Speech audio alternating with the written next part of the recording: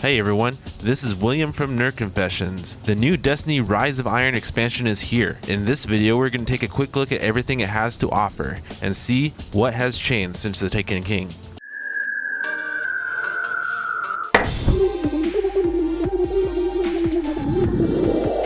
Nerd Confessions. With the Taken King, Bungie really changed the whole economy of Destiny. That same economy is carrying over to the Rise of Iron expansion, with some minor tweaks, such as skeleton keys, which allow you to control if you want a drop from a strike, instead of it being completely random. So what's new in the Rise of Iron? First of all, there's a new enemy type called the Fallen Splicers. Much like the Taken that the Taken King introduced, the Splicers are basically standard Fallen enemy types with a few changes, but they aren't as numerous or vast as what the unit types for the Taken had. One example is the Dregs have a new grenade type, a large ball that they throw at you. Captains now have Void Shield type by default instead of Arc, and all damage burns have been swapped around as well, much like we had with the Taken. A new Fallen Walker with a revamped look and different weapons has also been introduced. We have a new patrol area, which is an expansion to the Cosmodrome, called the Plaguelands. Unlike the Cosmodrome, it is always snowing and overcast in the Plaguelands. A portion of the Plaguelands is actually a part of the Cosmodrome and your first introduction to the Fallen Splicers and Shiva. When you first explore this area, it feels familiar and yet so different, something I wasn't expecting from Destiny, and it was really neat to see an element like Shiva dramatically change what I've been so familiar with in the past. We also have a new social space called Fell Winter's Peak. They learned a lot from people trying to jump on things in the tower and added a mountain scaling portion to the social space. This is a welcome change to the very boring social space previously added, the Reef.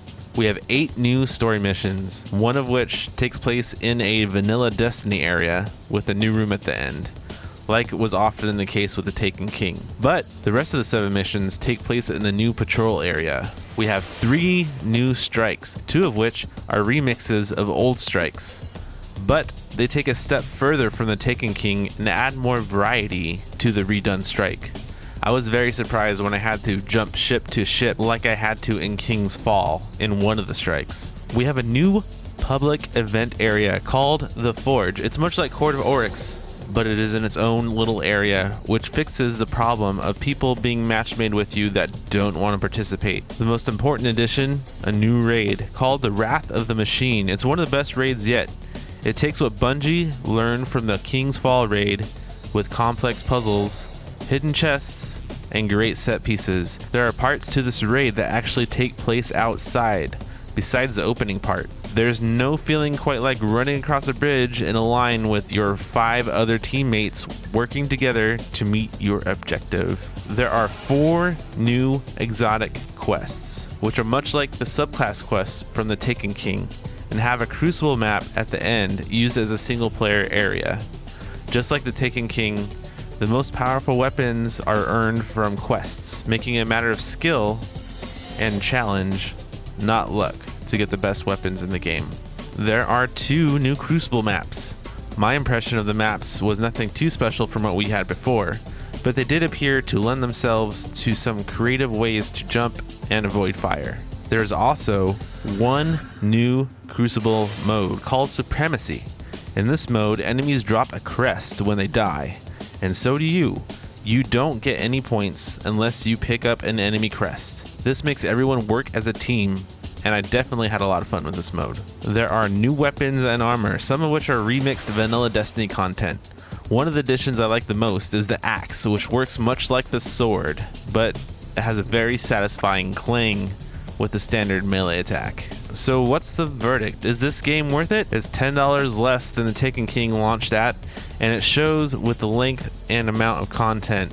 But if you enjoyed the past raids, the price of admission may be worth it for you. If you're new to Destiny, there's no better time to jump in with the amount of content you'll get. I would not recommend playing this game if you want a solo experience. If you played the game before and weren't into it, or if a game that requires a grind is too time consuming, I would also not recommend this game. My own personal ranking, 8 out of 10. and I'm excited to see if we have more free updates before Destiny 2. If it's anything like Taken King, I'm sure we will. That's all for this video. Make sure you subscribe if you enjoyed the video and drop a like. If you hate the video, drop a dislike. And I'll see you guys next time.